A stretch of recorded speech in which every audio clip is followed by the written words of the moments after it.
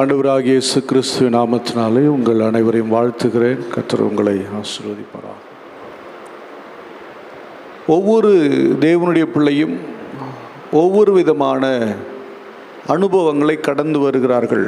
ஆனால் உள்ளான கவனத்தில் பார்க்கும்போது இப்போ நான் சொல்கிற சில விஷயங்களை கடந்து தான் வருவார்கள். அதை கடந்து வராமல் வர முடியாது. அதை கடந்து வந்தால்தான் வெற்றி உள்ள ஒரு ஜீவிதம் செய்ய முடியும். நிறைய பேருடைய ஆரம்பம் நல்லா இருக்கும், அவங்க முடிவு நல்லா இருக்காது. ரெண்டாவது பார்த்திங்கன்னா, அந்த சில இடங்களில் வரும்போது அவங்க என்ன பண்ணிடுவாங்க, அதுக்கப்புறம் அவங்க எந்திரிச்சே வரமாட்டாங்க. ஏன்னா சிலருடைய சுபாவங்கள், சிலருடைய அந்த கேரக்டர் சொல்லுவாங்க தெரியுமா, சுபாவம், அதுவே அவங்க வாழ்க்கையில் அவங்களுக்கு கிடைக்க வேண்டிய மேன்மை, அவர்களுக்கு கிடைக்க வேண்டிய ஆசீர்வாதம், அவர்களுக்கு கிடைக்க வேண்டிய மரியாதை, இதையெல்லாம் அவங்க இழந்து போகிறாங்க. யாவருக்கும் ஆண்டவர் ஐஸ்வர்யத்தையும் சம்பத்தையும் கனத்தையும் வச்சிருக்கிறார். இங்கே இருக்கிற அத்தனை பேருக்கும் உண்டு. ஆனால் அது எல்லாருக்கும் கிடைக்கிறது இல்லை. ஏன் சொல்லுங்கள்? அவங்கவுங்களுடைய புத்தியை பொறுத்து. என்னை மதிக்கலை, எனக்கான அது அவங்கவுங்க புத்தியை பொறுத்து தான் மரியாதை கிடைக்கும். ஆமாவா இல்லைங்களா? செல்வாக்கு கிடைச்சிருங்க, செல்வாக்கு கூட கிடைச்சிரும். பணத்தினால நம்மளை ஒருத்தர் மதிப்பான். ஆமாவா இல்லையா? என்னங்க என்ன பார்த்துட்டே இருக்குங்க? ஆமாவா இல்லையா? நம்மக்கிட்ட பணம் இருக்குனால சில நேரம் மதிக்கலாம், சில நேரம் நம்மக்கிட்ட சில அதிகாரத்தினால நம்மளை மதிக்கலாம்.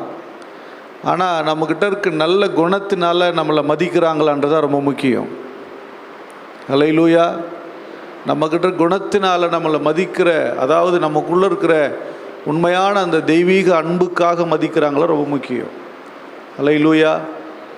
ஆமாம், இன்றைக்கி அந்த சுபாவ மாற்றத்தை தான் வேதம் போதிக்கிறது. இந்த வேதத்தில் இருக்கிற வசனங்கள் எல்லாம் சுபாவ மாற்றம், உள் மனிதனுடைய மாற்றம். நீங்கள் என்ன ட்ரெஸ்ஸு போடுறீங்க அவசியம் இல்லை. கோட் ஷூட் போட்டிருக்கலாம், நீங்கள் பட்டு உடுத்திருக்கலாம், ஒயிட் அண்ட் ஒயிட் போட்டிருக்கலாம், ஒயிட் பேண்ட் ஒயிட் ஷர்ட் போட்டிருக்கலாம், மீசை எடுத்துகிட்ருக்கலாம், இல்லை தாடி வச்சுருக்கலாம், இல்லை நகையே போடாமல் அப்படியே பக்கா பெந்தகோஸ்த நிலையில் இருக்கலாம். அது அவர் பார்க்குறதில்ல. உங்களுடைய மனது எப்படி இருக்கிறது, உங்களுடைய மனதின் ஓட்டங்கள் எப்படி இருக்குது, உங்கள் மனசினுடைய அந்த செயல்லாம் எப்படி இருக்குது, அதுதான் முக்கியம் அவருக்கு. அதைத்தான் தேவன் பார்க்கிறார். அல்லேலூயா. வேறு எதையும் பார்க்கல. எனக்கு இது இல்லை, எல்லாவற்றையும் வச்சிருக்கிறார். ஒருத்தனுக்கு கூட அவர் மிஸ் பண்ணுறதே கிடையாது. அவரை நம்பி இருக்கிற, அவரை விசுவாசிக்கிற, அவரையே சார்ந்திருக்கிற, அவருக்கென்று தன்னை மாற்றிக்கொள்ளுகிற ஒவ்வொருவரையும் கர்த்தர் ஆசீர்வதிக்கிறார், கனப்படுத்துகிறார், மேலான நிலைமையில் கர்த்தர் வைக்கிறார். அல்லேலூயா.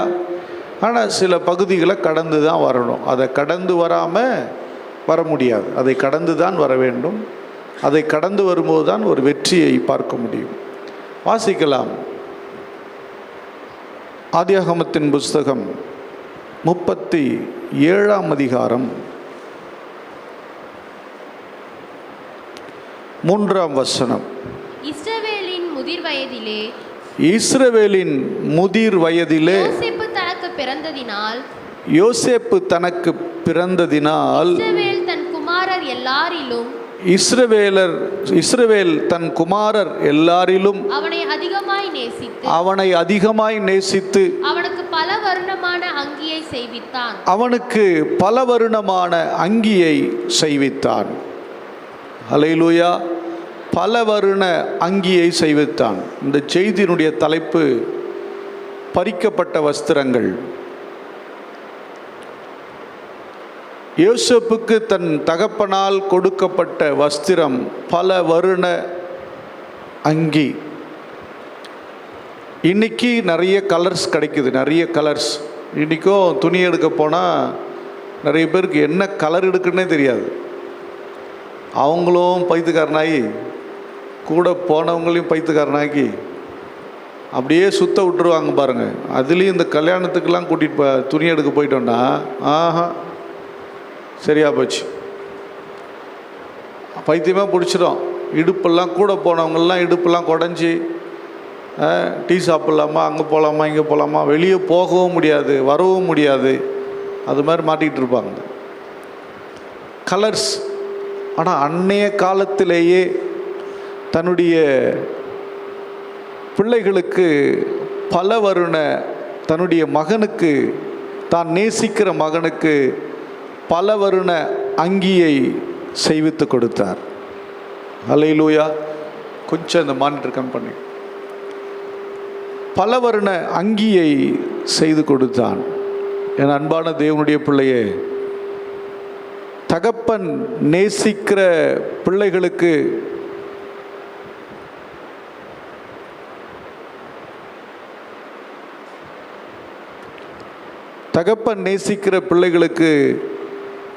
தகப்பன் மிக அழகாய் ஒரு அங்கியை செய்வித்து கொடுக்கிறார். பிள்ளையை நேசிக்கிற தகப்பனும் தாயும் இன்னைய காலங்களில் குறைஞ்சிக்கிட்டு வராங்க. ஒரு காலங்களில் வேறு மாதிரி இருந்தால் காலங்கள் வருடங்கள் மாற மாற பெற்றோருடைய சுபாவங்களும் என்ன பண்ணிக்கிட்டு தான் வருது, மாறிக்கிட்டு வருது. பெற்ற குழந்தைய ட்ரெயினில் தூக்கி போட்டு போகிறவங்களும் முச்சடியில் தூக்கி போட்டுட்டு போகிறவங்களும் இன்றைக்கி பெருகிட்டு இருக்கிறாங்க. தான் பெற்ற குழந்தையை கொன்று விடுகிற தகப்பனும் இன்றைக்கு இருக்கிறார்கள். நீங்கள் நியூஸில் படிச்சிருக்கலாம், நியூஸில் பார்க்கலாம். அப்படிப்பட்ட தகப்பன் இன்றைய காலத்தில் இருக்க, அன்றைய காலங்கள்லேயும் அப்படிப்பட்ட பெற்றோர்கள் இருந்திருக்கிறாங்க பாருங்கள். ஆனால் இந்த தகப்பன் அப்படிப்பட்ட தகப்பன் இல்லை. தனக்கு நிறைய பிள்ளைகள் இருந்தாலும் தான் நேசித்த மனைவியுடைய மகன், அதுவும் ரொம்ப இளைய பையன் அப்படின்னு சொல்லி அவனை நேசித்தான். அவனை நேசித்து அவனுக்கு பல வருணம். அப்படின்னா அன்னைய தினத்தில் அது காஸ்ட்லியான ஒரு பொருள். அல்லேலூயா. இன்றைக்கி சில இடங்களில் சில வீடுகளில் பார்க்கும்போது நிறைய தகப்பன்மார்கள் பார்த்திங்கன்னா அவர்கள் திருப்தியாக இருந்தால் போதும், குடிச்சுன்னா இருப்பாங்க. திருப்தியாக வீட்டுக்கு சாப்பாட்டுக்கு காசும் கொடுக்க மாட்டான், துணி எடுத்தும் கொடுக்க மாட்டான், வாடகை கொடுக்க மாட்டான். அவர் மட்டும் திருப்தியாக இருந்தால் போதும். நல்லா குடிச்சு அவரு ஹாப்பி. கெட்ட துக்கத்தை மறக்கிறாங்களாம், சந்தோஷத்தை கொண்டாடுறாங்களாம். இப்படி நிறைய பேர் இருக்கிறாங்க. எவன் எக்கேடு கெட்டு போனான் என்ன, நான் ஜாலியாக இருக்கணும் அப்படிங்கிற பெற்றோர்கள் இன்றைய காலத்துலேயும் இருக்கிறாங்க. ஆனால் அந்த யோசேப்பின் தகப்பனாகிய ஈசாக்கு அப்படிப்பட்டவன் அல்ல. அல்லேலூயா. யாக்கோபு அப்படிப்பட்டவன் அல்ல. பல வருண அங்கினி, தன்னுடைய மகனுக்கு நல்ல அழகான வஸ்திரங்கள். அல்லேலூயா. நேசிக்கிற மகனுக்கு. மற்ற அத்தனை பேருக்கும், மற்ற 10 பேருக்கும், ஏன்னா அதுக்கப்புறம்தான் பென்னிமீன் பிறக்கிறான். மற்ற 10 பேருக்கும் இவனை பார்க்கும்போது அப்படி கோபமாக இருக்கும், அவ்வளோ எரிச்சலாக இருக்கும்.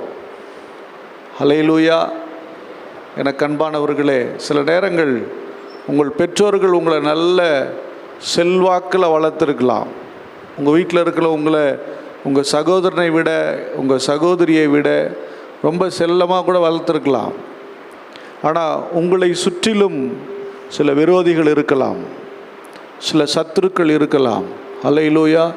அது குடும்பத்தில் இருக்கலாம், இல்லை ஆவிக்குரிய வாழ்க்கையில் நீங்கள் தேவனோடு நெருங்கி இருக்கும்போது தேவன் உங்கள் மேலே ஒரு அழகான ஒரு தரிசனத்தை, ஒரு அழகான ஒரு திட்டத்தை தேவன் வைத்திருக்கக்கூடும்.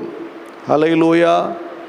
சத்ரு அதை பறித்து விடும்படி தான் முயற்சிப்பான், அந்த வஸ்திரத்தை கழட்டும்படி தான் விரும்புவான். நீங்களும் நானும் அழகாயிருப்பதும் தேவனுக்கு மகிமையாக இருப்பதையும் பிசாசானவன் விரும்புகிறதில்லை, சத்ரு விரும்புகிறதில்லை. அவனுடைய எண்ணமெல்லாம் நம்மை நிர்வாணப்படுத்துவதே. சிலருக்கு ஒருத்தங்க நல்லா இருந்தால் பிடிக்காது பாருங்கள், அவங்கள பழித்து பேசி இங்கே யாரையா ஒருத்தர்கிட்ட போயிட்டு, சில பேர் இருக்கிறாங்க, நான் அது மாதிரி கண்டிருக்கிறேன். அவங்கக்கிட்ட போய் இவங்க ரொம்ப நல்லவங்க, ரொம்ப சூப்பர் ஆளு நீங்கள் சொல்லிட்டீங்கன்னு வச்சிங்களேன், முடிஞ்சது கதை.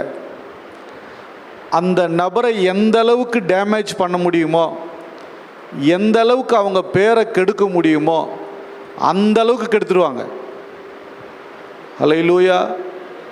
அப்படிதான் பேரை கெடுக்கிறதும் ஒன்று தான், அவங்கள நீங்கள நிர்வாணமாக்குறதும் ஒன்று தான். என்னங்க, அவங்க பேரை கெடுக்கிறது ஒன்று தான், அவங்கள நீங்கள் நிர்வாணப்படுத்துறது ஒன்று தான். அப்படித்தான் அநேக நேரங்களில் நமக்கு விரோதமாய் இருக்கிற சத்துருக்கள் பலவிதமாய் நமக்கு அவமானங்களை உண்டு பண்ணும்படி, நிர்வாணமாக்கும்படி, அசிங்கப்படுத்தும்படி செயல்பட்டு கொண்டிருப்பார்கள். இங்கே அப்படி தான் யோசேப்புக்கு விரோதமாய் அவனுடைய சகோதரர்கள் எப்போதும் அந்த ட்ரெஸ்ஸு மேலேயே கவனம். நம்ம எல்லாரை விட இவனுக்கு நல்ல ட்ரெஸ் இருக்கு, நம்ம எல்லாரோட ஸ்பெஷலாக இருக்கிறானே. அல்லேலூயா.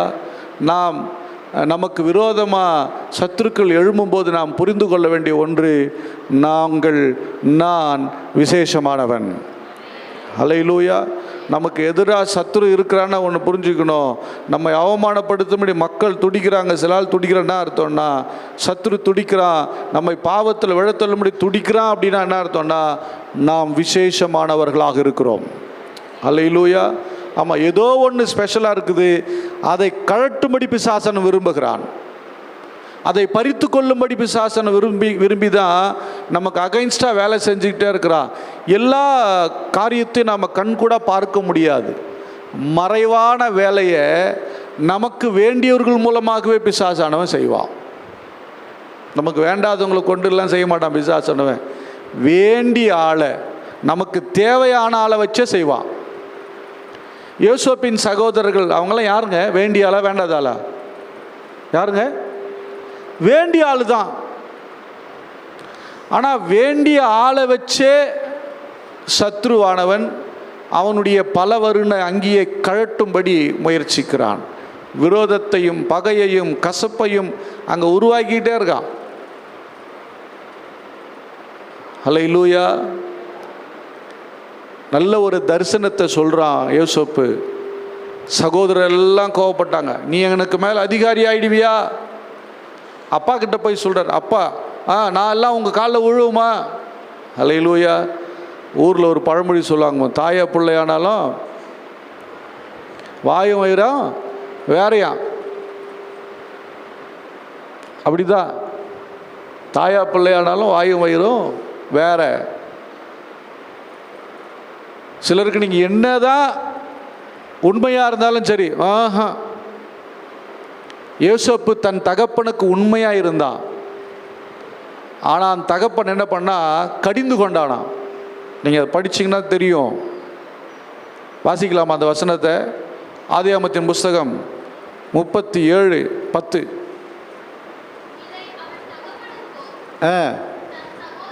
சொன்னபோது அவன் தகப்பன் அவனை பார்த்து, நீ கண்ட இந்த சொப்பனம் என்ன? நானும் உன் தாயாரும் உன் சகோதரரும் தரை மட்டும் குனிந்து உன்னை வணங்க வருவோமோ என்று அவனை கடிந்து கொண்டான். போதும், திட்டுறான்.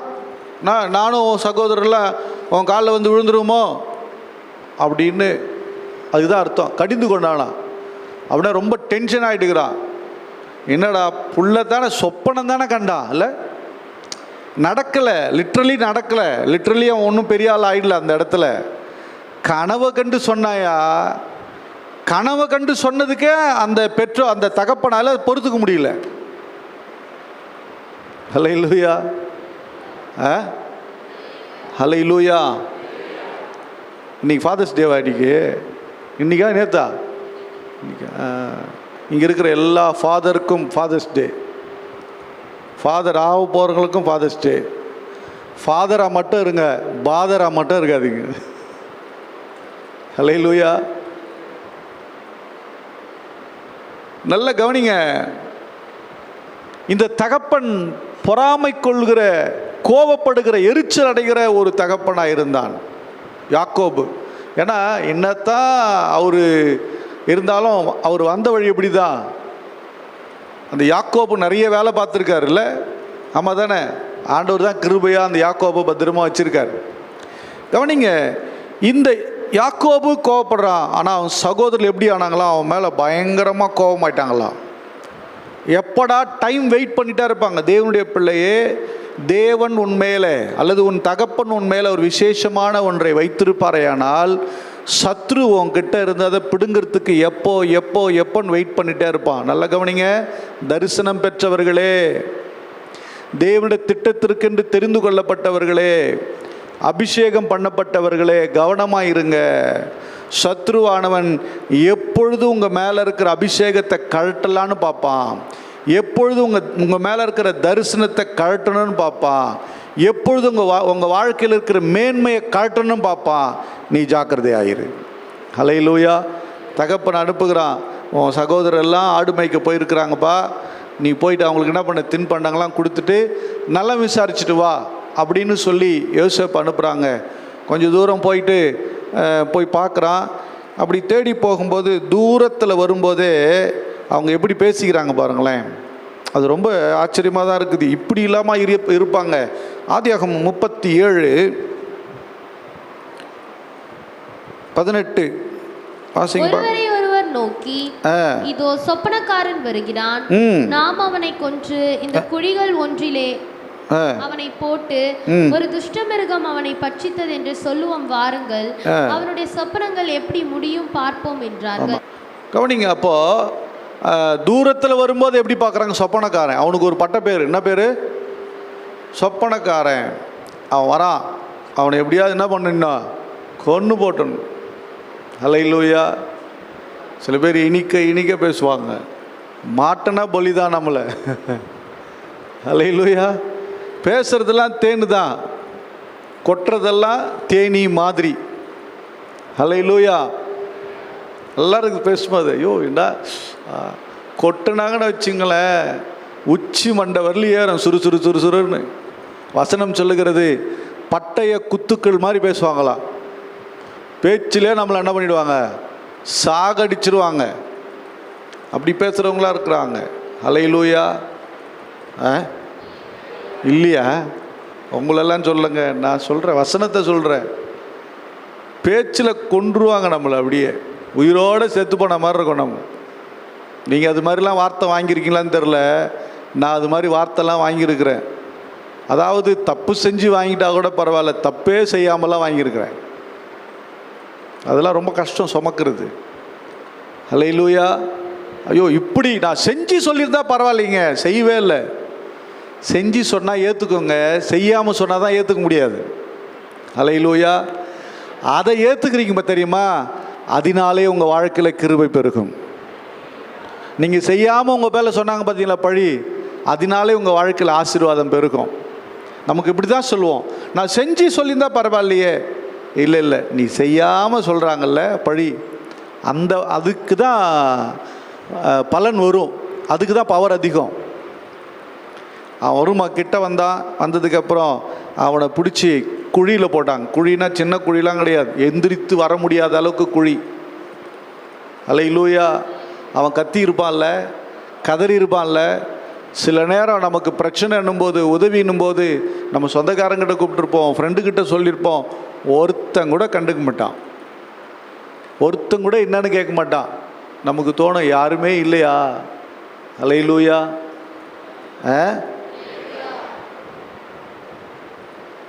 போட்டிருந்தது பலவர்னு அங்கி தான், அங்கி அங்கே வேலை செய்யலை. ஹல்லேலூயா. தேவனுடைய பிள்ளை, சில நேரங்களில் நம்ம வாழ்க்கையில் சில மேன்மையான விஷயம் இருந்தாலும், விசேஷமான அபிஷேகம் இருந்தாலும் நமக்கு வேலை செய்யாமல் போகலாம். கைவிடப்பட்ட நிலையில் இருக்கலாம். தகப்பனோடு கூட நெருங்கித்தானே இருந்தேன், ஆண்டவர் கூட தானே இருந்தேன், எனக்கு ஏன் இந்த குழி அப்படின்னு கேட்குறீங்களா? எல்லாம் காரணமாக தான், எல்லாம் காரணமாக தான். ஹல்லேலூயா. நான் தேவனோடு நெருக்கமாக தானே இருந்தேன், நான் ஏன் இந்த பள்ளத்தாக்கில் கிடக்கணும், நான் ஏன் இப்படி இருக்கணும்? எதையும் யோசிக்காதீர்கள், குழி நல்லது. ஹல்லேலூயா. இந்த கரை நல்லதுன்ற மாதிரி இருக்கா? இந்த குழி நல்லது. உன் சகோதரரால் நீ தள்ளப்பட்ட, நீ விழுந்த குழி நல்லது. உன் சகோதரரால், உன் குடும்பத்தினால நீ பிரச்சனையில் மாட்டிக்கிட்டியா, நல்லது.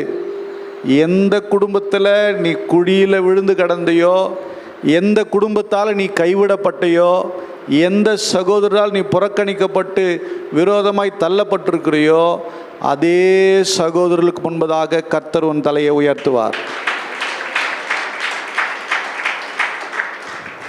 அங்கே தான் மாற்றத்தை கர்த்தர் கொடுக்க போகிறார். குழியில் விட்டாங்க எல்லாம், அதில் ஒரு 2-3 பேர் குறுக்கு புத்தி பாருங்கள். அவன் சொல்கிறான், டேய் இவனை குழியில் போடுறதா என்ன லாபம், ஒருத்தன் கொன்னுடலான்றான். அண்ணங்கார ரூபன் சொல்கிறான், இல்லைடா கொன்று அந்த பாவத்தை நம்ம எடுத்துக்கூடாது, விட்டுட்டு போயிடலாம் அப்படின்னு சொல்லிட்டு கூட்டிகிட்டு போகிறான். வந்து காப்பாற்றலான்னு பார்த்தா அதுக்குள்ளே 2-3 பேர் சேர்ந்துடா பண்ணிட்டா, டேய் இவனை இங்கே விட்டு போகிறது என்ன லாபம், வித்துடலான்டா இவனை. ஹல்லேலூயா. உங்களை நிறைய இடத்துல விற்றுருவாங்க, நமக்கே தெரியாது நம்மளை விற்றுட்டு போயிருப்பான். நீங்கள் இந்த லேண்டு வாங்குகிற இடத்துல, அதே போல் இந்த கல் வாங்குகிற இடத்துல, டைல்ஸ் வாங்குகிற இடத்துல, சில முக்கியமான பொருட்கள் வாங்குகிற இடத்துல நீங்கள் பார்த்தீங்கன்னா நம்மளை போய் அங்கே மாட்ட விட்டு போயிடுவாங்க. இந்த எனக்கு அதான் ஏற்கனவே சொல்லியிருப்பேன் நினைக்கிறேன். மார்பிள் வாங்க வந்திருக்கிறார், தம்பிக்காரனை அண்ணங்காரன் கூட்டிகிட்டு வந்திருக்கிறார், குடும்பமாக வந்திருக்கிறாங்க மார்பிள் பார்க்குறதுக்கு. நார்மலாக ஒரு மேஸ்திரி வந்தால் கமிஷன் கேட்பாங்க, ஸ்கொயர் ஃபீட்டுக்கு ₹1 இல்லை ₹2 கொடுப்போம், அவ்வளோதான். அவன் வந்து கேட்டா 10 ரூபா வேணும்னா, என்னங்க 10 ரூபா கேட்குறீங்க, அப்படிலாம் தர முடியாதுங்க, ₹2 ₹1 கொடுப்போம், அவ்வளோதாங்க. 10 ரூபா வேணுங்கிறான். இல்லைங்க கஸ்டமர், அது என் பொறுப்பு, உங்கள்கிட்ட என்ன எதுவுமே வராது, உங்கள்கிட்ட என் தம்பி தான் நான் பார்த்துக்கிறேன்றான். வாங்கினது 1500 ஸ்கொயர் ஃபீட்டு, எங்களுக்கே ஸ்கொயர் ஃபீட்டுக்கு மேக்ஸிமம் ₹5 தான் கிடைக்கும். 10 ரூபா வாங்கிட்டு போனாங்க. சொந்த அண்ணங்கார தம்பியை கூட்டிகிட்டு வந்து ஸ்கொயர் ஃபீட்டுக்கு 10 ரூபா, 1500 ஸ்கொயர் ஃபீட் எவ்வளோ ஆச்சு, 15,000 ஆச்சு. 15,000 ரூபாய் தம்பியை கொண்டு வந்து விற்றுட்டு 15,000 வாங்கி போயிட்டான். விற்கிற எங்களுக்கே எவ்வளோ தான் கிடைக்கும், 7,500 தான் கிடைக்கும். சொந்த தம்பியை கொண்டு விற்றுட்டு போயிட்டான். விற்றவர்கள் நிறைய பேர் நம்மளை கண் கூட பார்த்ததுங்க, எங்கேயோ நடந்ததில்லை, என்னால் இன்னும் கூட ஜீர்ணிக்க முடியல. அவர் எங்கள் அண்ணன் சொன்னால் சரிதாங்கிறான். யார்? கல் பார்க்க வந்தவன் எங்கள் அண்ணன் சொன்னால் சரிதாங்கிறான். அவர் ஓகே பண்ணால் ஓகே தாங்கிறான். என்னால் ஏற்றுக்கவே மனசு கஷ்டமாக இருந்தது எனக்கு. ஏன்னா நான் ஓனர் கிடையாது, நான் அப்போ வந்து சேல்ஸ் மேனேஜர். அங்கே என்னால் ஏற்றுக்கவே முடியல. சில நேரம் நம்மளால் ஏற்றுக்க முடியலனாலும் நம்மை விற்று விடுவார்கள். ஹல்லேலூயா. நமக்கே தெரியாது நம்மளை எத்தனை இடத்துல விற்றுருக்குறாங்கன்னு, நமக்கு தெரியாமல் விற்றுருவாங்க. தேவனுடைய பிள்ளையே கவலைப்படாத. வாசிக்கலாம், ஆதியாகமத்தின் புஸ்தகம் 37ஆம் அதிகாரம் 28ஆம் வசனத்தை வாசிக்கலாம். அந்த வர்த்தகரான மீதியானியர் கடந்து போகிற போது அவர்கள் யோசேப்பை அந்த குழியிலிருந்து தூக்கி எடுத்து அவனை இஸ்மவேலர் கையில் 20 வெள்ளிக்காசுக்கு விற்று போட்டார்கள். ஆமா, 20 வெள்ளிக்காசுக்கு வித்துட்டாங்க இஸ்மவேலர்கிட்ட. எப்போ அவன் விலைக்கு வாங்கிட்டானோ அவனுக்கு ஒரு வஸ்திரம் கொடுப்பாங்க, அடிமையின் வஸ்திரம். ஹல்லேலூயா. என்ன வஸ்திரங்க? அடிமையின் வஸ்திரம். பல வர்ண அங்கியை கலட்டி அவனுடைய மேன்மை கழட்டப்பட்டு இப்பொழுது அடிமை வஸ்திரத்தை அணிந்து கொண்டு போகிறான். எனக்கு அன்பான தேவனுடைய பிள்ளையே, சில கால சூழ்நிலைகள், நீங்கள் எப்படி வளர்ந்துருக்கலாம், பிறக்கும்போது எல்லா பிள்ளைகளும் மேன்மையான பிள்ளைகள் தான். ஹல்லேலூயா. காலங்கள் தான் அவங்க வாழ்க்கையை தீர்மானிக்கிறது. அடிமையின் வஸ்திரம், கண்ணீரின் பாதை. யோசேப்புடைய எதிர்காலமே இருண்டு போனது. தரிசனம்லாம் இப்போ ஞாபகமே வராது. ஏன்னா சொப்பனம் தானே, கடவுள் வந்து நேராக சொல்லிட்டாரு. இல்லை, சொப்பனம் தானே, தரிசனம் தானே, நடக்கும் என்கிற நம்பிக்கை போய்விட்டது. என் அன்பு தேவனுடைய பிள்ளையே, வாழ்க்கையில் வருகிற சில அடிமைத்தனங்கள், சில பிரச்சனைகள் நம்ம எதிர்காலத்தையே இருட்டாக மாற்றிட்ட மாதிரி தெரியும், எதிர்காலமே இருண்டு போன மாதிரி தெரியும். கவலைப்படாத, கர்த்தர் உன் கூட தான் வரார். அல்லேலூயா. அடிமையாக போன மாதிரியே ஒரு ஃபீல் இருக்கும், அடிமையாக மாறிட்டனே அப்படிங்கிற மாதிரி ஒரு ஃபீல் இருக்கும். நம்பிக்கையற்ற ஒரு சூழ்நிலை தான் யோசேப்பு நிலைமை. தரிசனம் போயிடுச்சு, அப்பா இல்லை, சகோதரர்கள் இல்லை, நிர்கதியான நிலைமை. இதுதான் அடிமையின் வாழ்க்கை. இப்படி கைவிட்டுட்டு எல்லாரும் கைவிட்டு போயிட்டாங்களா, நீங்கள் அடிமையின் வஸ்திரத்தை அணிஞ்சிருக்கீங்கன்னு அர்த்தம். அந்த அடிமைத்தனமான நிலையில் நீங்கள் இருக்கீங்கன்னு அர்த்தம். நான் சொல்கிறேன், காலம் முழுக்க நீங்கள் அடிமையாக இருக்க போகிறதில்ல. தேவன் ஒரு மாற்றத்தை உங்களுக்கு தருவார். காலம் முழுக்க நீங்கள் கஷ்டத்தோடு இருக்க போவதில்லை. தேவன் அதை மாற்றுவார், நிச்சயம் மாற்றுவார். அல்லேலூயா. கொஞ்சம் பொறுமையாக இருங்க, தேவன் இந்த அடிமைத்தனத்தை மாற்றி கொடுப்பார். அல்லேலூயா. இப்போ நேராக இவன் வெளியே சொல்ல முடியல, கத்த முடியல, யாருக்கிட்ட போய் என்ன கத்த முடியும்? இஸ்மவேலனை இறக்கமாக படுவான். காசு கொடுத்து வாங்கியிருக்கிறான். என்ன கொடுத்து வாங்கியிருக்கிறாங்க? காசு கொடுத்து வாங்கி 20 வெள்ளி காசு கொடுத்து வாங்கியிருக்கிறான். இயேசு கிறிஸ்துவுக்கு எத்தனை வெள்ளி காசு கொடுத்தாங்க? 30 வெள்ளி காசு. ஒரு அடிமையினுடைய விலை அதிகப்படியாக 30 வெள்ளி காசு தான் கொடுப்பாங்க. அதுக்கு மேலே என்ன பண்ண மாட்டாங்க, கொடுக்க மாட்டாங்க. மேக்சிமம் அதுக்கு மேலே தரமாட்டாங்க. நீங்கள் நியாயப்பிரமாண புஸ்தகத்தை படித்தா தெரியும், அதில் 30 வெள்ளி காசு மேலே தரமாட்டாங்க. இப்போ இவனுக்கு இந்த அடிமைக்கு எவ்வளோ? 20 வெள்ளி காசு. என் அன்பு தேவனுடைய பிள்ளையே, உங்கள் அடிமைத்தனத்தை குறித்து கலங்காதீர்கள். ஏதோ ஒரு வகையில் தேவன் உங்களை தரிசனத்திற்கு நேராக, தேவ திட்டத்திற்கு நேராக திருப்புவார். அல்லேலூயா. நீங்கள் அதை மட்டும் கவனிச்சிட்டாருங்க. என்னடா இப்படி மாறிடுச்சே நினைக்காதீங்க. உங்கள் கண்கள் தேவனை மட்டும் பார்க்கட்டும், உங்கள் சிந்தனை எல்லாம் தேவனை பார்க்கட்டும். அவர் உங்களை கைவிட மாட்டார். நீங்கள் கடந்து வருகிற பாதைகள் எல்லாமே உங்களை சரியான பாதையில் கொண்டு போவதற்காக மட்டுமே. அல்லேலூயா. நேற்று ஒரு கிராமத்தில் மீட்டிங் முடிச்சுட்டு வந்தோம். நேற்று நைட்டு வரும்போது ஒரு வழி போனால் பயங்கர சுற்றிக்கிட்டு வரணும், இன்னொரு வழி போனால் கிட்டத்தட்ட ஒரு 1/2 கிலோமீட்டர், ஒரு 1/2 கிலோமீட்டர் சொன்னாங்க. ஆனால் 1 கிலோமீட்டர் ரொம்ப கஷ்டமாக தான் இருக்கும். உண்மையே கஷ்டப்பட்டு தான் வந்தேன்.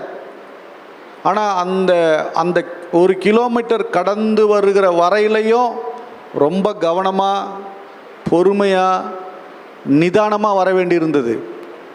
அதுக்கப்புறம் ரொம்ப அழகாக வந்துட்டேன். அல்லேலூயா. ஏன் சொல்கிறேன்னா, நீங்கள் கடந்து போகிற பாதையில் சில நேரங்கள் நீங்கள் போக முடியாத கஷ்டமான பாதைகளாக இருக்கலாம். கொஞ்சம் பொறுமையாக வாங்க, நீங்கள் எங்கேயும் மாட்டிடக்கூடாது. கொஞ்சம் பொறுமையாக மெதுவாய் நீங்கள் செயல்பட்டு கொண்டு வாங்கள். கர்த்தர் உங்களோடு கூட வருவார். திடீரென்று உங்களுக்கு ஒரு வழி திறக்க ஆரம்பித்து விடும். நெருக்கங்கள் தான், கஷ்டங்கள் தான். இந்த அடிமைத்தனம் மாற்றும்படி தேவன் விரும்புகிறார். உங்கள் அடிமைத்தனத்தை மாற்றுவார், நிச்சயம் மாற்றுவார். வாசிக்கலாம். ஆதியாகமத்தின் புஸ்தகம் 39ஆம் அதிகாரம் 1ஆம் வசனம். யோசேப்பு எகிப்துக்கு கொண்டு போகப்பட்டான். பார்வோனுடைய பிரதானியும் தலையாரிகளுக்கு அதிபதியும் ஆகிய போத்திபார் என்னும் எகிப்து தேசத்தான் அவனை அவ்விடத்திற்கு கொண்டு வந்து இஸ்மவேலரிடத்தில் விலைக்கு வாங்கினான். கர்த்தர் யோசேப்போடு இருந்தார். போதும். இந்த அடிமையை, யோசேப்பு என்கிற அடிமையை இப்போ யார் வாங்கிட்டான்னா, போத்திபார் என்கிற ஒரு எஜமான், ஒரு பெரிய ஆள் வாங்கிட்டான். இப்போ வாங்கிட்டு அவன் அவனுக்கு அடிமையாக வச்சுருக்க மாட்டான், அவனுக்கு வேலைக்காரனாக வச்சுருப்பான். அல்லேலூயா, அல்லேலூயா. இப்போ வேலைக்காரனுடைய வஸ்திரம் கழட்டப்பட்டு, அடிமையின் வஸ்திரம் கழட்டப்பட்டு வேலைக்காரன் வஸ்திரம் வருகிறது. அல்லேலூயா.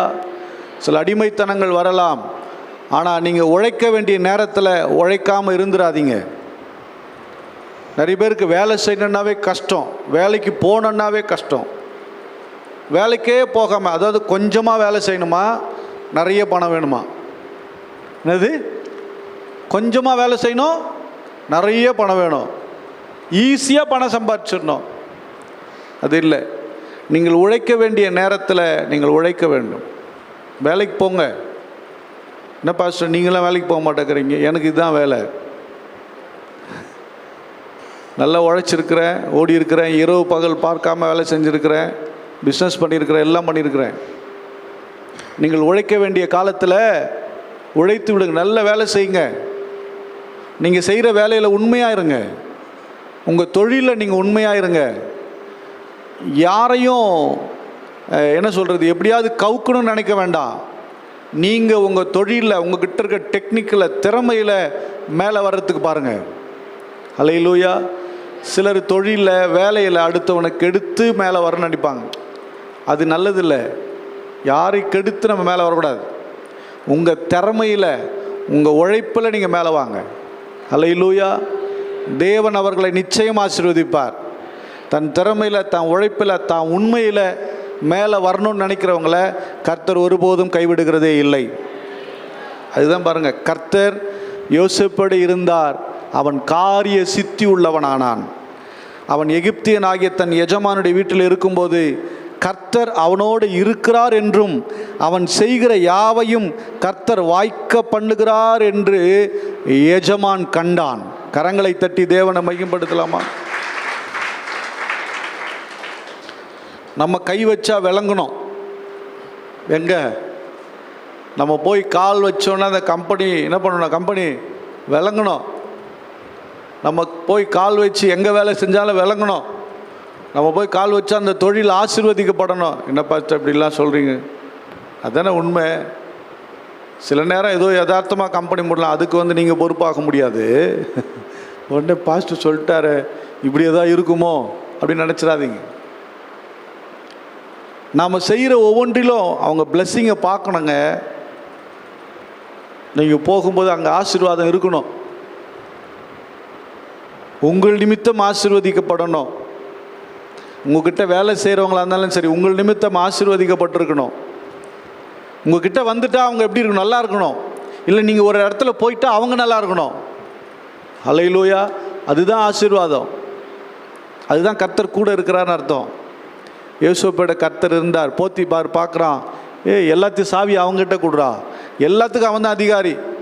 அவன் மனைவியை தவிர மற்ற எல்லாவற்றையும் யோசேப்பினிடத்தில் கொடுத்தான். ஹல்லேலூயா.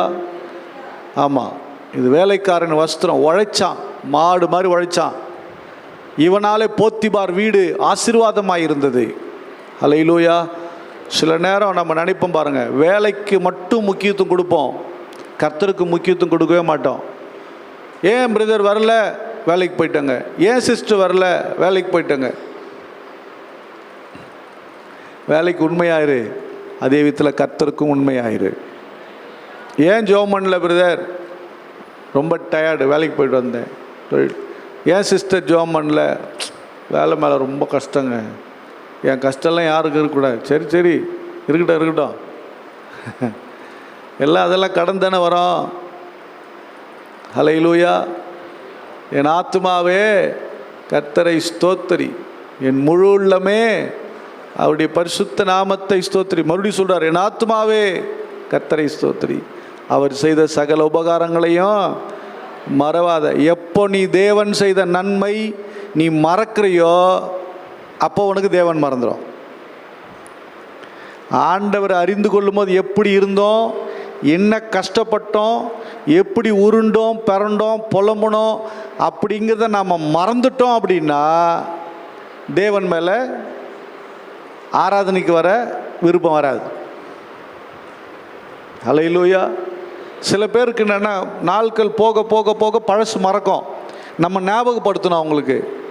ஆண்டவர் அதுதான் சொல்கிறாரு, நீ எகிப்திலிருந்து வந்ததை மறந்துடாத மகனே, நீ எகிப்திலிருந்து வந்ததை மறந்துடாத மகளே அப்படின்னு சொல்லுவார். நமக்கு அப்படி இல்லை. நமக்கு எல்லாம் கிடைச்ச உடனே மண்டைக்குள்ளே களை கொடுன்னு குடையும் பாருங்க. என் அன்பு மகனே மகளே, நல்லா புரிஞ்சுக்குங்க. எகிப்திலிருந்த அடிமைத்தனம், அங்கிருந்த கஷ்டம், அங்கிருந்த புலம்பல், அன்னைக்கு இருந்த அழுகையை மறக்காத. அதை மறந்துட்டீங்கன்னா இருக்கிற மேன்மையான ஆசீர்வாதம் ஒன்றும் இல்லாமல் போயிடும், ஒன்றும் இல்லாமல் தெரிஞ்சிடும். நல்லா இருக்கிற மாதிரியே தெரியாது. ஆனால் அன்னைக்கு இருக்கிறத, அன்னைக்கு பட்ட கஷ்டத்தை, அன்னைக்கு பட்ட பாட நினச்சோம்னா, இல்லை என் ஆண்டவர் நல்லா வச்சிருக்கிறாரு, நான் தேவனுக்கு பயந்து இருக்கணும், தாழ்மையாக இருக்கணும், கீழ்ப்படிதலோடு இருக்கணும், அப்போ தான் புரியும். தேவனுக்கு நான் முதலிடம் கொடுக்கணும், அப்போ தான் புரியும். அல்லேலூயா. ஆமாம். என்னைக்கு மண்டக்கணம் வர்றதோ மண்டக்கணம் வந்தவன் நல்லபடியாக வாழ்ந்ததை சரித்திரமே கிடையாது. சான்ஸே கிடையாது. பெண்ணாக இருந்தாலும் சரி, ஆணாக இருந்தாலும் சரி, மண்டை வெயிட் ஆகக்கூடாது. மண்டன் ஆகக்கூடாது, வெயிட் ஆகவே கூடாது. தாழ்மை. எவ்வளவு செல்வாக்கு நீங்கள் பாருங்கள், எழுதி டேட்டு கூட போட்டு எழுதி வச்சுங்க. ஒருவேளை வரக்கூடிய காலங்களில் பல கோடிக்கு நான் சொந்தக்காரனாவேன்.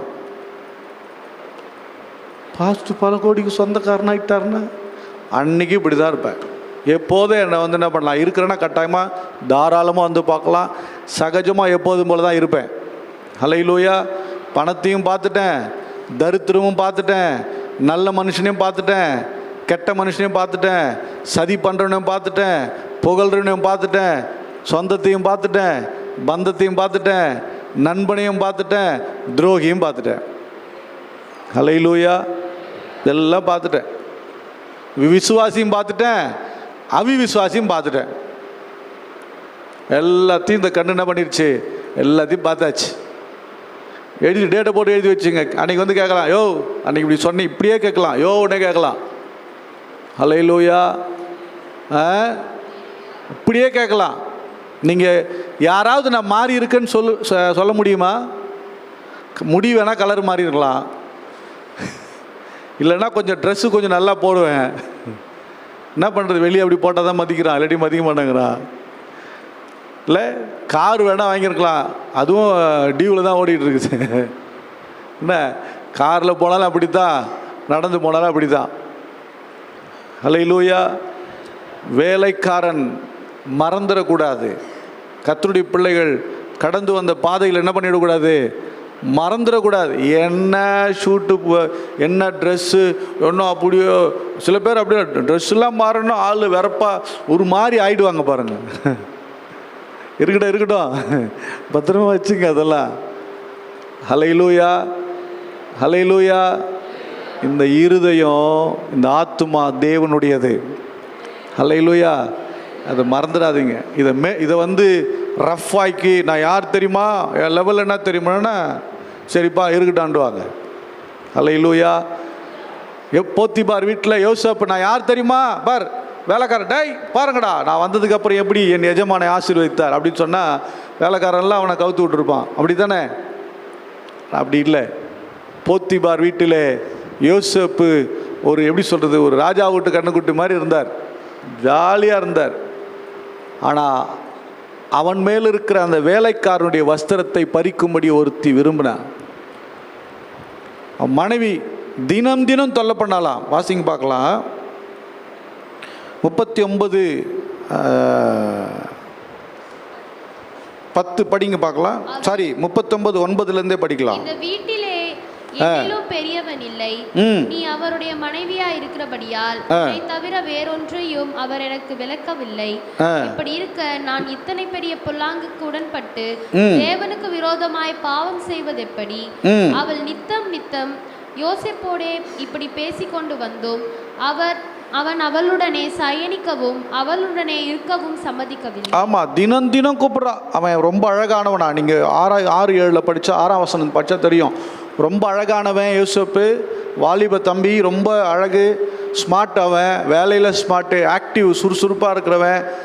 அப்படி இருக்க பார்த்தோன்னா அந்த போத்திபாருடைய மனைவி வயசானவன் கிடையாது, அந்த ஆள் வயசானவன். அந்த மனைவி, அவனுடைய மனைவி வந்து இளம் வயது உள்ளவள். அதனால் ரொம்ப தொல்லை பண்ணுறா. தினம் தினம் படிச்சிங்கன்னா நித்தம் கவனிங்க, உங்கள் வாழ்க்கையில் பாவ சோதனை தினம் தினம் வரும். தினம் இது மாதிரியே கூட வரும். எத்தனை பாவ சோதனை வந்தாலும் நீ புரிஞ்சுக்கணும், மேலே போட்டிருக்கிற வஸ்திரம்தான் என்ன வஸ்திரம்? வேலைக்காரன் வஸ்திரம். என் மேலே இருக்கிற அபிஷேகம் தேவன் கொடுத்த அபிஷேகம். இது மறந்துடக்கூடாது. அவள் எவ்வளோ அழகு வேணா இருக்கலாம், இல்லை அவன் எவ்வளோ அழகான இருக்கலாம், அவன் எவ்வளோ வேணால் படிச்சிருக்கலாம், இல்லை அவன் எவ்வளோ வேணால் படிச்சிருக்கலாம், எவ்வளோ பணக்காரனாக வேணா இருக்கலாம், நிறைய ஷார்ட்கட்டில். நீ என்னைக்கு ட்ராக்கை மிஸ் பண்ணுறியோ அன்னைக்கு தேவன் உன் மேலே வச்சிருக்க அபிஷேகத்தை நீ இழக்கிறன்றது மட்டும் மறந்துடாத. உன் மேலே இருக்கிற தரிசனத்தை விட்டுறங்கிறத மட்டும் மறந்துடாத. ஹல்லேலூயா. தொல்லை பண்ணிட்டா. ஒரு நாள் வீட்டில் யாருமே இல்லையா. யோசேப்பும் அந்த போத்திபார் மனைவி மட்டும்தான் இருக்கிறா. ரொம்ப தொல்லை பண்ணி அவன் ட்ரெஸ்ஸையே பிடிச்சி இழுத்துட்டானா பார்த்துங்களேன். இதெல்லாம் சொல்கிறது கஷ்டமாக தான் இருக்குது. ஆனால் இது நம்ம தெரிஞ்சுக்கணுன்றதுக்காக தான் சொல்கிறேன். அப்போ எவ்வளவு ஒரு அவன் பாவ சோதனை அவன் வாழ்க்கையில் எப்படி அவன் வாழ்க்கையில் போராடுது பாருங்கள். எப்படி ஆகிலும் அவன் மேலே இருக்கிறத கட்டிடணும். ஹல்லேலூயா. அவள் அவனுடைய வஸ்திரத்தை பிடித்து இழுத்தாள். அவன் இந்த வஸ்திரம் போனால் பரவாயில்லன்னு விட்டுட்டு நிர்வாணியாய் வெளியே ஓடினான். ஹல்லேலூயா. சில நேரம் நாம் உண்மையாக இருக்கும்போது நாம் அசிங்கப்பட வேண்டி இருக்கும். தேவையில்லாத அசிங்கம் வரலாம், பரவாயில்லை. உன் உண்மையை கர்த்தர் பார்க்கிறார். உன் பரிசுத்த வாழ்க்கையை கர்த்தர் பார்க்கிறார். நல்ல கவனிங்க. உங்கள் பரிசுத்த வாழ்க்கை குறித்து நீங்கள் யாரெல்லாம் ஜாக்கிரதையாக இருக்கீங்களோ, உங்கள் மேலே இருக்கிற அபிஷேகத்தை குறித்து நீங்கள் விசேஷமாக நினச்சி ஜாக்கிரதையாக இருக்கிறீங்களோ, உங்கள் மேலே இருக்கிற தேவனுடைய திட்டத்தை குறித்து யாரெல்லாம் ஜாக்கிரதையாக இருக்கீங்களோ, நிச்சயமாக காலம் வரும் கர்த்தர் உங்களை உயர்த்துவார். ஹல்லேலூயா. ஒருபோது கர்த்தர் உங்களை கைவிட மாட்டார். பாவ சோதனைகளை போய் என்ன பண்ணாதீங்க, சிக்கிறாதீங்க. எபிரேயர் 12:1 சொல்லுகிறது, நெருங்கி வரும் பாவங்களை உதறி தள்ளிவிட்டு ஓடு. பாவம் நெருங்கி வரும், ஆனால் அதை உதறி தள்ளிட்டு ஓடு என்று வேத வசனம் சொல்லுகிறது. தேவனுடைய பிள்ளையே, பாவங்கள் பல்வேறு விதத்தில் நம்மை சுற்றி வரலாம். அதில் போய் நீங்கள் என்ன பண்ணாதீங்க, சிக்கிறாதீங்க. இவன் உதறிட்டு போனா, அவன் என்ன பண்ணா, ஓஹோ நம்ம மாட்டிக்குவோம் போல. அவன் என்ன பண்ணா, இந்த எபிரேய வாலிபன் வேலை செய்யும்படி கொடுக்கப்பட்ட அடிமை நம்மிடத்தில் சரசம் பண்ணும்படி வந்தான் அப்படின்னு சொல்லி என் கையை பிடிச்சி இழுத்துட்டான் அப்படின்னே சொல்லிட்டான். ஹல்லேலூயா. ஹல்லேலூயா. வீண் பழி வந்தது. அவன் எங்கே போயிட்டான் தெரியுமா? சிறைச்சாலை போயிட்டான். ஆதியாகமத்தின் புஸ்தகம் 39ஆம் அதிகாரம் 20ஆம் வசனத்தை வாசிக்கலாம். யோசேப்பின் எஜமான் அவனை பிடித்து ராஜாவின் கட்டளையால் காவலில் வைக்கப்பட்டவர்கள் இருக்கும் சிறைச்சாலையிலே அவனை ஒப்புவித்தான். அந்த சிறைச்சாலையில் அவன் இருந்தான். கர்த்தரோ யோசேப்போடு இருந்து அவன் மேல் கிருபை வைத்து சிறைச்சாலை தலைவனுடைய தயவு அவனுக்கு கிடைக்கும்படி செய்தார். ஹல்லேலூயா. ஆமா. இப்போ வேலைக்காரருடைய வஸ்திரம் கழட்டப்பட்டு சிறைச்சாலையின் வஸ்திரம் கொடுக்கப்படுகிறது. ஜெயிலுக்கு போகிற வஸ்திரம். ஜெயிலில் என்ன கொடுப்பாங்க? கட்டம் போட்ட சட்டை, கட்டம் போட்ட டவுசரா? இப்போ என்ன கொடுக்குறாங்கன்னு தெரியல. அன்னைக்கு சிறைச்சாலை வஸ்திரம். முதல்ல பலவரின் அங்கி கழட்டப்பட்டாயிற்று. இரண்டாவது வேலைக்காரன் வஸ்திரம், அதுவும் கழட்டப்பட்டாயிற்று. இப்பொழுது சிறைச்சாலையின் அஸ்திவாரம், அதாவது கைதியின் வஸ்திரம். சில நேரம் அடைக்கப்பட்ட வாசலாக இருக்குதா? சிறைச்சாலை மாதிரி. செய்யாத குற்றத்துக்கு நீங்கள் பழிய சுமந்துருக்கிறீங்களா? செய்யாத தவறுனால நீங்கள் தலை குனிஞ்சு நிற்கிறீங்களா? உங்களை அசிங்கப்படுத்திட்டாங்களா? தலை குனிய வைக்கிறாங்களா? உங்களை தப்பாக பேசுகிறாங்களா? கவலைப்படாத. சீக்கிரத்தில் உன் கைதியின் வஸ்திரத்தை, உன்னுடைய சிறைச்சாலை வஸ்திரத்தை கர்த்தர் மாற்றுவார். சீக்கிரம் அதை கழட்டுவார். அவசரப்படாத. எல்லாம் நன்மைக்கு. ஹல்லேலூயா. எல்லாம் நன்மைக்கு. நடப்பதெல்லாம் நன்மைக்கு, நன்மைக்கு நன்றி சொல்லி மகிழ்வேன் இன்றைக்கு. உன் வாழ்க்கையில் எதை தேவன் அனுமதித்தாலும், அதாவது நீங்கள் தேவனை பின்பற்றி வந்து நீங்கள் தேவனுக்கு உண்மையாக இருந்து தேவையில்லாத பழிகள் உங்கள் மேலே விழுதுன்னா நீங்கள் கவலைப்படாதீங்க, சந்தோஷப்படுங்க. சீக்கிரத்தில் ஒரு திருப்பு முனையை கர்த்தர் உங்கள் வாழ்க்கையில் வைக்க போகிறார். நிச்சயம் சீக்கிரத்தில் ஒரு அழகான திருப்பு முனை உங்களுக்கு இருக்குது. அதை மறந்துடாதீங்க.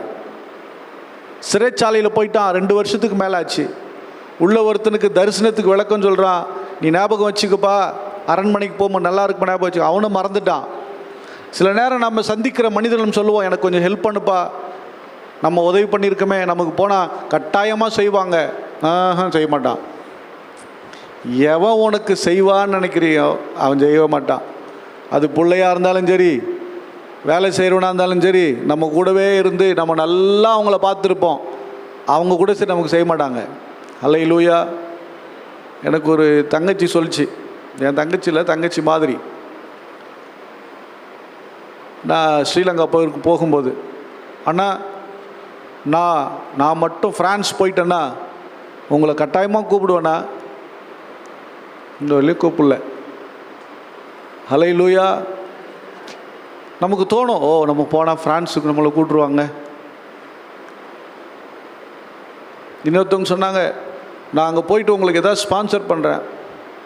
ஒன்றும் கிடையாது. எனக்கு ஒரே ஒரு ஸ்பான்சர் கர்த்தர் மட்டும்தான். அல்லேலூயா. அவர் தான் ஏமாற்றவே மாட்டார், சீக்கிரம் தரவும் மாட்டார், கரெக்டான நேரத்தில் கொடுப்பார். அல்லேலூயா. அல்லேலூயா. இப்போ சிறைச்சாலை மறந்துட்டான் பாருங்க, நன்மை பெற்றவன் மறந்து விட்டான். அல்லேலூயா. அவரையே நம்பி வந்தவனை அவர் கைவிடவில்லை. அந்த பார்வோனுக்கு ஒரு சொப்பனத்தை கொடுக்குறார். சொப்பனத்தை கொடுத்து அங்கே என்ன செய்கிறார் தெரியுமா? இவன் நம்பிக்கையெல்லாம் அற்று போனது. வாசிக்கலாம், ஆதியாகமத்தின் புஸ்தகம் 41ஆம் அதிகாரம் 14ஆம் வசனம். அப்பொழுது பார்வோன் யோசேப்பை அழைப்பித்தான். அவனை தீவிரமாய் காவல் கிடங்கிலிருந்து கொண்டு வந்தார்கள். அவன் சவரம் பண்ணி கொண்டு வேறு வஸ்திரம் தரித்து பார்வோனிடத்தில் வந்தான். அல்லேலூயா. அங்கே உள்ள இருந்த அந்த பானை பாத்திரக்காரன் சொல்கிறான், நல்லபடியாக சொன்ன உடனே ஜெயிலில் ஒருத்தர் இருக்கான் யோசேப்புங்கிறவன், அவன் தான் என் சொப்பனத்துக்கு அர்த்தம் சொன்னான். அவனை கூப்பிட்டு கேட்டால் அவன் சொல்லிடுவான். அல்லேலூயா. நான் விளக்கமாக நேரம் இல்லை, அதில் தான் ரொம்ப ஷார்ட்டாக போகிறேன் நான். அவனை கேட்டால் சொல்லிடுவான். அவன் என்ன வஸ்திரத்தில் இருக்கான்? கைதியின் வஸ்திரத்தில் இருக்கான், சிறைச்சாலை வஸ்திரத்தில் இருக்கான். அதை கழட்டி இப்போ வேறொரு வஸ்திரம் கொடுக்கப்படுகிறது. இது அலங்கார வஸ்திரம். என்ன வஸ்திரங்க? அலங்கார வஸ்திரம். ராஜா கிட்ட முன்னாடி ராஜா பார்க்க போகும்போது கைதியின் வஸ்திரத்தில் போகும், நல்லா அழகாக ஒரு ட்ரெஸ் பண்ணி அலங்காரமாக கூட்டிகிட்டு வாங்கப்பா. இப்போ அலங்கார வஸ்திரம். அல்லேலூயா. சில பேருக்கு இந்த அலங்கார வஸ்திரம் வந்தோன்னா தலைகால புரியாது. இன்னும் இருக்குது. கொஞ்சம் நல்லா இருந்த உடனே நாங்கள் யார் தெரியுமா, ராஜாவே என்னை கூப்பிட்டுட்டாரு. எங்கள் வெயிட் என்ன தெரியுமா, ராஜா கூப்பிட்டுருக்கார். தெரியும்ல. அல்லேலூயா. இங்கே முதல்ல இருந்தோங்க, இப்போ அப்படி இல்லை. நாங்கள் வெயிட் ஆகிட்டோம். இரு அலங்கார வஸ்திரத்தை கூட்டிகிட்டு போய் பார்வோனிடத்தில் நிறுத்தினான். அல்லேலூயா. பார்வோன் கேட்கும்போது ரொம்ப அழகான பதில் சொல்கிறான் பாருங்களேன். அது கேட்கும்போது ரொம்ப தாழ்மையாக பேசுகிறான் பாருங்க. அதுதான் ரொம்ப முக்கியமானது. வாசிக்கலாம், 16ஆம் வசனம் படிங்களேன். அப்பொழுது யோசேப்பு பார்வோனுக்கு பிரதியுத்தரமாக, நான் இல்லைங்க, தேவனே பார்வோனுக்கு மங்களமான உத்தரவு அருளி செய்வாராக. ஆமாங்க, நான் தாங்க சொன்னேன் அப்படின்லாம் சொல்லல. நான் இல்லை, தேவன் தான் உங்களுக்கு நல்ல மங்களமான உத்தரவு சொல்லணும். அல்லேலூயா. உங்களுக்கு அலங்காரம் வரும்போது, உங்கள் வாழ்க்கை மாறும்போது நீங்கள் பெருமை ஆயிடாதீங்க, தாழ்மையாகவே இருங்க. அல்லேலூயா. அந்த பெருமைக்கு மட்டும் இடம் கொடுக்காதீங்க. பெருமை வந்துச்சுன்னா நம்ம எருமை மேய்க்கிற வேண்டிய சூழ்நிலை வந்துடும். என்ன வந்துடும்? மறுபடியும் மாடு மேய்க்க விட்டுருவார். நீங்கள் யோசிச்சு பாருங்கள், நல்லா இருக்கிற ஒரு ஆள் மறுபடியும் மோசமான ஒரு நிலைமையில் இருக்குன்னா யோசிச்சு பார்க்க முடியுதா? பயமாக இருக்குல்ல? அதுக்கு இடம் கொடுத்துடாதீங்க. ஏன்னா வசனம் சொல்லுகிறது, பெருமை உள்ளவனுக்கு தேவன் எதிர்த்து நிற்கிறார். அதனால் அதுக்கு இடம் கொடுக்காது. தாழ்மையாக சொல்கிறான். அதே போல் பார்வோனுக்கு அதனுடைய அர்த்தத்தை சொல்லுகிறான். அந்த அர்த்தத்தை சொன்ன உடனே ராஜா பார்வோன் கேட்குறார், நான் என்ன செய்யணும் அப்படின்னு சொல்லும்போது, நீங்கள் அதுக்காக ஒரு அதிகாரி ஏற்படுத்துங்க அப்படின்னு சொல்கிறான். என்ன நடக்குது தெரியுமா? 41ஆம் அதிகாரம் 38 வாசிக்கலாம். அப்பொழுது பார்வோன் தன் ஊழியக்காரரை நோக்கி, வேகமா, தேவ ஆவியை பெற்ற இந்த மனுஷனை போல வேறொருவன் உண்டோ என்றான். பின்பு பார்வோன் யோசேப்பை நோக்கி, தேவன் இவை எல்லாவற்றையும் உனக்கு வெளிப்படுத்தி இருக்கிறபடியால் உன்னை போல விவேகமும் ஞானமும் உள்ள வேறொருவனும் இல்லை. நீ என் அரண்மனைக்கு அதிகாரியாயிருப்பாய். உன் வாக்கின்படியே என் ஜனங்கள் எல்லாரும் அடங்கி நடக்க கடவர்கள். சிங்காசனத்தின் மாத்திரம் உன்னிலும் நான் பெரியவனாயிருப்பேன் என்றான். பின்னும் பார்வோன் யோசேப்பை நோக்கி, பார், எகிப்து தேசம் முழுமைக்கும் உன்னை அதிகாரியாக்கினேன் என்று சொல்லி பார்வோன் தன் கையில் போடப்பட்டிருந்த தன் முத்திரை மோதிரத்தை கழற்றி அதை யோசேப்பின் கையிலே போட்டு மெல்லிய வஸ்திரங்களை அவனுக்கு உடுத்தி பொன் சரப்பணியை அவன் கழுத்திலே தரித்து தன்னுடைய 2ஆம் ரதத்தின் மேல் அவனை ஏற்றி தெண்டனிட்டு பணியுங்கள் என்று அவனுக்கு முன்பாக கூறுவித்து எகிப்து தேசம் முழுமைக்கும் அவனை அதிகாரியாக்கினான். கரங்களை தட்டி தேவனை மகிமைப்படுத்தலாமா? இப்பொழுது அவனுடைய அலங்கார வஸ்திரமும் கழட்டப்பட்டு மெல்லிய வஸ்திரம், அதாவது ராஜரீக வஸ்திரம் தரிப்பிக்கப்படுகிறது. கரங்களை தட்டி தேவனை மகிமைப்படுத்தலாமா? கடந்து வந்த பாதைகள் நிறைய கஷ்டமான பாதைகள். சிலர் அந்த அலங்கார வஸ்திரத்தோடையே நின்று போகிறாங்க. இல்லை, அதை விட மேன்மை ராஜாவுக்கு அடுத்தது அப்படின்னா தேவனுக்கு அடுத்ததாக உங்களை பார்க்குற மாதிரி கர்த்தர் வைப்பார். ஹல்லேலூயா. யாருக்கு அடுத்தது? பார்வோன்னா தேவனுக்கு நிகர்ன ஒரு அர்த்தம் இருக்குது. எகிப்தின் மக்கள் பார்வோன் எப்படி பார்த்தாங்க? கடவுளாக பார்த்தாங்க. அப்படின்னா தேவனுக்கு அடுத்த நிலையில் பார்க்குற அளவுக்கு கர்த்தர் மேன்மை கொடுப்பார். எப்போனா தாழ்த்தி ஒப்பு கொடுக்கும்போது மட்டும்தான். நீங்கள் உங்களை தாழ்த்தும் போது தான் அந்த மேன்மை கர்த்தர் உங்களுக்கு கொடுப்பார். ராஜரீக வஸ்திரம். ஹல்லேலூயா. பார்வோன் போட்ட ட்ரெஸ்லாம் நம்ம சில பிக்சர்ஸில் பார்த்துருப்போம்ல. இப்போது அவன் அன்னைக்கு வந்த மாதிரி இல்லை, 13 வருஷத்துக்கு முன்னாடி வந்த மாதிரி யோசேப்பு இல்லை. இப்போ ஒரு அதிகாரம் உள்ளவனாக, ராஜரீகத்தை பெற்றவனாக, எகிப்து தேசம் முழுவதுமாய் ஆளக்கூடியவனாய் மாறிவிட்டான். கரங்களை தட்டி தேவனை மகிமைப்படுத்தலாம். எத்தனை பேர் அவன் ட்ரெஸ்ஸை கழட்டுனா? ஹல்லேலூயா. இன்னைக்கு அத்தனை பேரையும் இவன் ட்ரெஸ்ஸு கழட்ட முடியும். ஹல்லேலூயா. கர்த்தர் அவனுடைய வஸ்திரத்தை, அவன் வாழ்க்கையை மேன்மைப்படுத்தினார். ஹல்லேலூயா. நீங்கள் கர்த்தரை நம்பி இருப்பேன்னு சொன்னால், கர்த்தரை விசுவாசிப்பீங்கன்னு சொன்னால், கர்த்தரையே நம்பி வாழ்வீங்கன்னா நீங்கள் குறைவை அல்ல மேன்மையையே காண்பீர்கள். ஹல்லேலூயா. ஹல்லேலூயா. நம்மளாம் நல்ல கரங்களை தட்டி தேவனை மகிமைப்படுத்தலாமா?